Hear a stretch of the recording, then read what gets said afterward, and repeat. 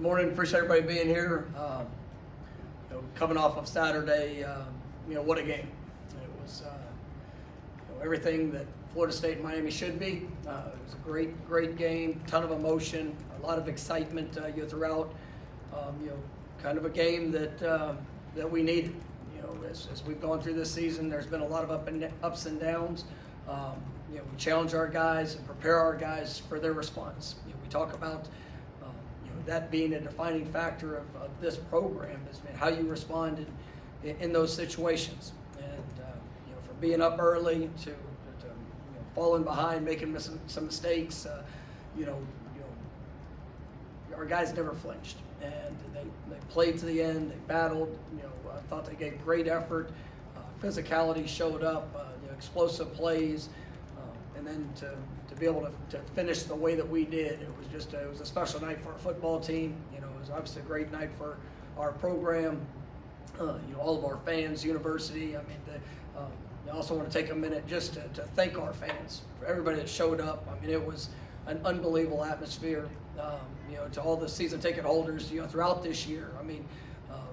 It was just a tremendous amount of support. I know that having the COVID year before, which was so tough to have to deal with, just the support that we received at home.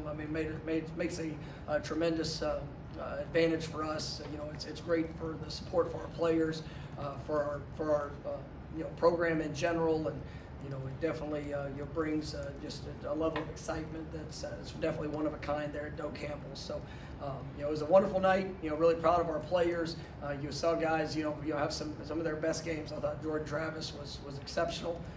Jermaine Johnson, that was an all-time performance for that rivalry. And then you saw some newcomers that really stepped up. Amari Cooper. Played as good of a game in his first start. In that game, I think he was targeted 8 times, had 4 pass breakups, an interception. That's an incredible performance for that young man, and he's just continuing to grow, continuing to build in his confidence. And I thought he showed up big. And you're just really proud of our team and everybody that played a role in being able to have that outcome. It was definitely a great opportunity, and now we get to take that next step and going on the road to end ACC play. Playing a Boston College team that they got their quarterback returned a few weeks back. They're playing really well. He is one of the better quarterbacks that we have in this league, and one of the better quarterbacks in the country. Tough, hard-nosed football team. Played really good defense. It's gonna be a great challenge for us, and just like we talked to the team yesterday. We've taken some great steps throughout the back part of this season, and we've got to continue with that. We've got to continue to grow, continue to improve.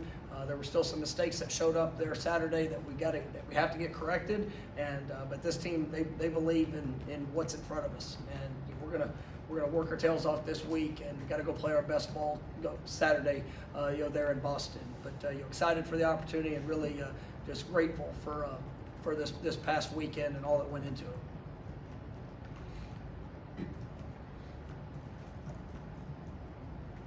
First question will be Ira.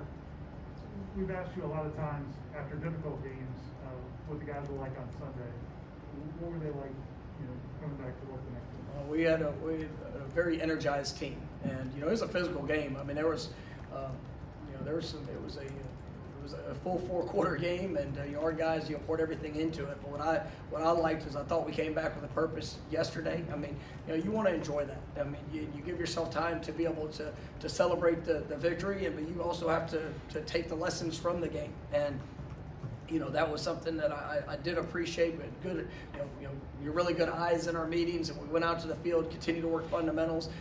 Got guys, we had some guys that were sore, and be able to work that out a little bit, and then had a really nice developmental part of the practice there late. But I liked what I saw from our guys yesterday, and they understand what's ahead.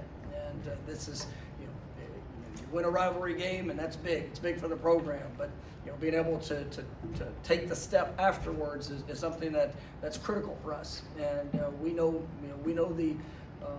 the opportunity that's in front of us, and we need to go seize that. And I think that's where our guys' focus is. Come over here to Brendan on your left.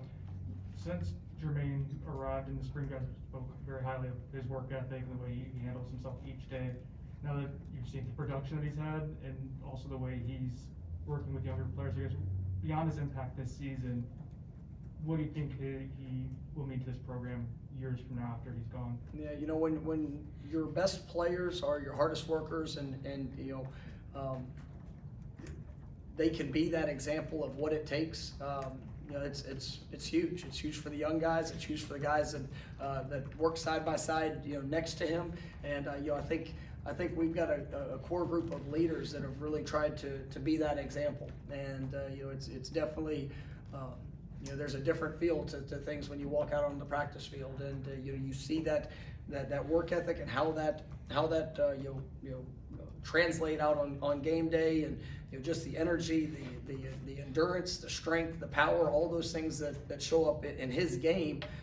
You know, we get to see it, you know, every day in practice, and that's it's a great example for our young guys, and you know, he's made an incredible impact. But just like when we had our first conversation. You know, this was something that we both talked about. You know, I wanted him to have an opportunity to do what he's doing this year, but coupled with that, to be a leader, to be somebody that could help mentor younger guys to you know, be able to make an impact that goes beyond just the year period of time that he's going to be here, that will carry on and to help set that foundation. I think he's definitely done that. We'll go to Jerry in the third row. Coach, you talk about the emotion with the role that plays in a game like this. I kind of have two questions. One is, how did your team seem to be very focused for the atmosphere, and where Miami didn't early on, and you jumped out to a big lead? I want you to talk about that. But then the second question is, after Miami made their run 28-3,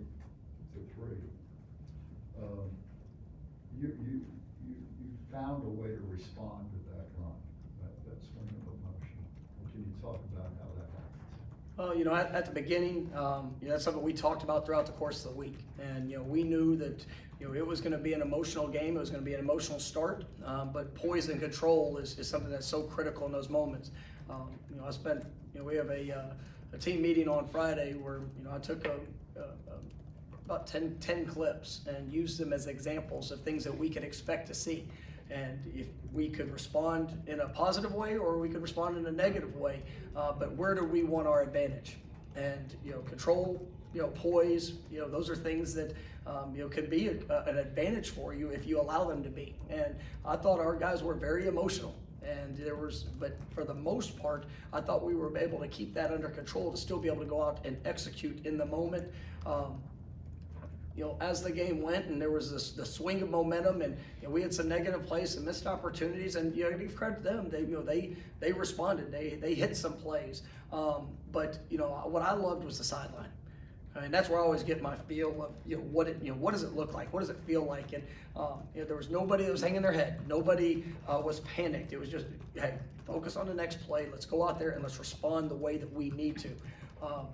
Going into the fourth quarter, that was as both teams were there, you know, around midfield. I mean, that was something that was kind of a surreal moment, and I was pretty glad to be a part of that. But it was, you know, it was emotional, and that's what it should be in that game, as long as everybody can collect their emotions and make sure that they still control themselves the right way. But you know, I thought it was an incredible atmosphere. You know, I thought our guys, you know, were able to stay focused. You know, they're in the moment, and you know, it's one of the things we talked about, you know, 2 weeks ago at Clemson. You know, we did. You know, we found success there, you know, late in the fourth quarter, but we weren't able to sustain that with some of the little things that were necessary.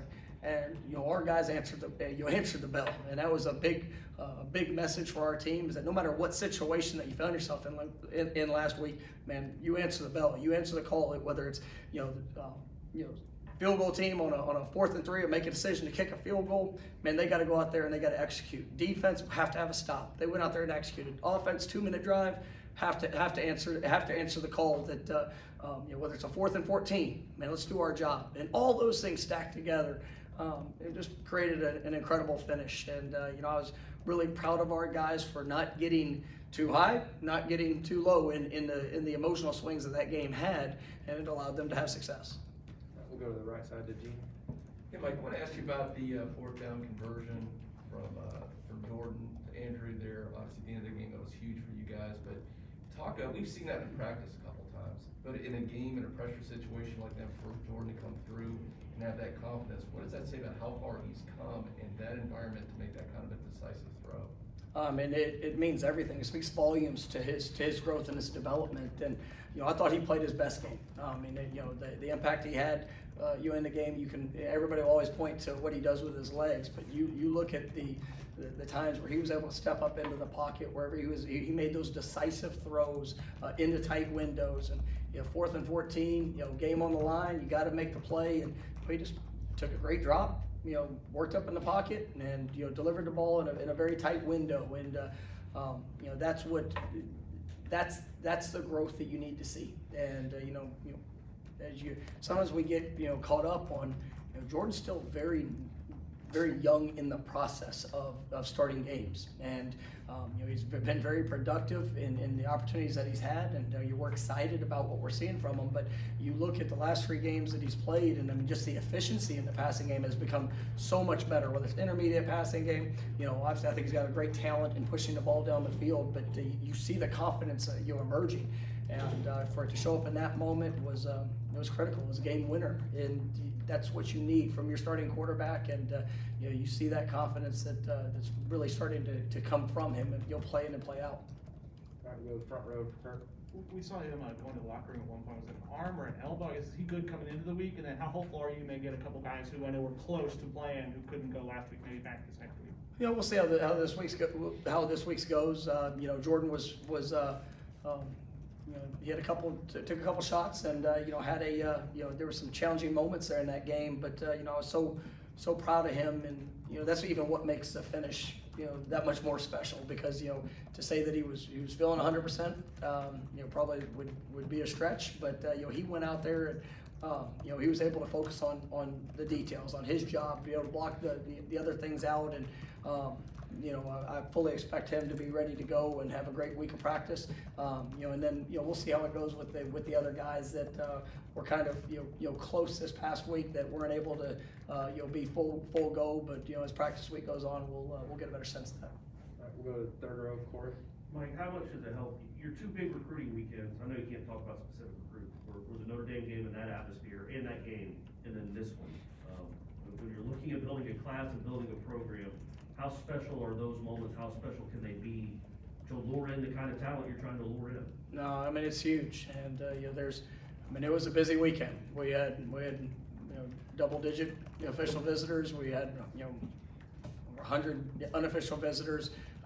It was we put a lot into it, and for us to go out and play and to have the type of performance, the atmosphere. That's our fan base is special. And every opportunity that a young man or a family gets to see and feel that experience, it's one of a kind. And that's why I mentioned in the opening statements just how grateful I am for our fans, for what they do and what they mean, not only for the game and the individual experience, but what they mean for the big picture approach of as we're attracting the best and the brightest in future classes. When they see that, when they feel that, it's remarkable, and they know the support that's here. They feel the passion and the energy, and then for them to get to watch our team and how we play, that's been the message. And I know we talked about it earlier in the year, but that's what I care about. The young men that we're bringing into the program now and for the future. They get a chance to be difference makers. We're building the foundation, and I love the growth that I'm seeing from our team and how they respond, and the heart, the passion, the culture that's being established. These kids care about each other, and you watch that on the field, you watch it on the sideline, you feel it in the locker room, and kids want to be a part of that, where it's bigger than themselves, but an opportunity to come in and make an impact. I think it's special, and it was a great weekend for us, and I was glad that we were able to have some incredible visitors that you were able to take part of that, but you know, for our fan base, you know, our team, and just that performance was special. All right, we'll go higher. Yeah, I think a lot of times, you know, the media and fans, when you see a quarterback and you kind of screaming at them like, you know, just stay in the pocket or just step up in the pocket. You know, we don't have 300-pound dudes running at us. And then also Jordan's got that ability with his legs. It would seem like such a great tool to have in that situation to like, hey, let me make something happen. How hard has he worked at, like you said, on that play, stepping up and trusting that that play's gonna be there? You know, and that's he's a tremendous playmaker, and you know, finding that balance. There's, you know, you don't want, and there's times we've seen where he's probably been a little quick to run, and you know, trying to allow him to be patient and let things develop. And I'll, you know, he says it all the time. You know, credit, you know, those guys up front. I mean, they're doing a good job, and you know, they're working hard in their improvement. You can see the confidence that's developing and emerging, you know, with our offensive line, and you know, that trust is built over time, and you know, the trust in what Jordan can do in the passing game, the trust what his offensive line and running backs and tight ends can do in protections, and then you know, this the continuity with the receivers, and that's something that, you know, that pass that he made to Andrew. I mean, it was an anticipation throw into a window. I mean, it was beautiful, and it took all three levels to make that happen, and that's where that trust is developed. It obviously starts out there on the practice field, but then it carries over when you get those in-game experiences, and you know, you just build that with each rep. But you know, he's put a lot of work into it. I think Dillingham's doing a great job in you know, helping him develop and you know, giving him the tools and just the understanding of how that timing, how that rhythm, all those things can work. And then there's gonna be times where he's gonna go out there and be a playmaker, and we're dang glad when he does that as well. But it's just making sure that he trusts the process and the timing of what that should look like. We'll come back over here to Brenda. With Amari Cooper, I know he's been coming on the last few weeks. I guess what have you seen to feel confident to put him in the starting lineup with this magnitude of game? Can you also discuss the recruiting process with him? I guess what you saw as a recruit. Yeah, you know, he was somebody, you know, starting off in the recruiting process. You know, I just loved the way that he played the game. I mean, it was, you know, he showed versatility, showed, you know, being able to play press, being able to play off, you know, really, you know, fluid mover, you know, would find ways to make an impact, and you know, just a tremendous young man. I love getting to know him, his family, you know, in the recruiting process, and just you know, obviously it helped, you know, with Coach Chaney down there, you know, former Knoll, that, you know, kind of provided some great insight, you know, to who the young man was, the work ethic, and it just checked all the boxes for what we're looking for. And as he came in, you know, it was unfortunately, he had an unbelievable summer. Like, loved watching his movements, you know, all the things that we thought we were going to get. You know, we felt very confident in just the competitor that he was, you know, through just, you know, the weight room workouts and what he was doing out there in the agility workouts. I mean, it was unfortunate because he missed the first, I think it was the first 2 weeks of fall camp, and so kind of put him a little bit behind, but in you know, the repetition of what we were doing defensively. But as he got rolling, started building that confidence, you know, started growing. We started picking our places where to get him in more and more, and you know, he kept making plays, and it was in the right spot. You know, even times wherever there was a negative play, just it didn't faze him. He went to the next play. He learned from it. You know, he's an ultimate competitor out on the practice field, and so you know, we felt this was a time. And you know, there's a lot of thought that goes into it. But when you earn the opportunity, you know, you got to seize that opportunity, and he definitely did that. Throughout the course of the game, interception was a huge play there early in it, and then, you know, I mean, when you're a true freshman, you know, you're out there on, you know, on an island, you're gonna get targeted, and for him to respond that way with the PBUs and just the mentality of what he took throughout the course of that game, I mean, it was special. We'll go back over to the right for Gene. Mike, Miami came into this game maybe one of the hottest offensive teams in the nation, scoring tons of points and everyone. If not for a couple weird plays, you might have held them in the teens. I guess, what did you do? What was the defense doing so effectively to limit them? Why, to follow up on that, why is the defense so much better now than it was just, it seems like, a few weeks ago? Well, I mean, they're trusting the process of growth, and you know, a lot of the things, our communication is so much better. Our guys are taking ownership in that. It's something as a coach you talk about early in camp, you talk about through the early part of the season, and you know, when guys embrace and take that accountability of, I mean, this has to get done. And, you know, I think our defensive backfield is doing a much better job of staying on top of routes. You know, we've seen, I thought they did a phenomenal job in taking and matching up routes and being able to take away a lot of things that Miami had success with in the passing game. You know, they still hit us on. We had a couple of wheel routes that were they did a good job in play designs, and but overall I thought that was impressive. And then when you have the guys up front that can stop the run, I mean, it was a dominating performance in the run game. And in a rivalry game, I mean, whoever can run the football and whoever can stop the run is going to have a chance to win the game. And I thought our forcing unit, I mean, I don't even remember what the total rushing yards were from the game, but it was, I mean, they got after them, and I was really proud of that. And if we can continue to stop the run, you allow those guys to play with confidence and communication there in the back end. It's going to continue to grow. I think Coach Fuller has done a remarkable job with the defensive staff and helping these guys develop and just continuing to put them in good positions, but also you see the confidence that's emerging from them in what they can do. I will stay there for Ira. Thought maybe the biggest hit of the day might have been Odell giving you that hug after the game. You mentioned growing up watching that game. Like, what was it like just seeing his and Coach Dugan's, some of the other people who've been around for a long time, their reaction? It was special, and I told Odell, I mean, we're all excited, but man, that was he shook me like in ways I didn't know I could be shook. But yeah, it was special, and that's what makes this place.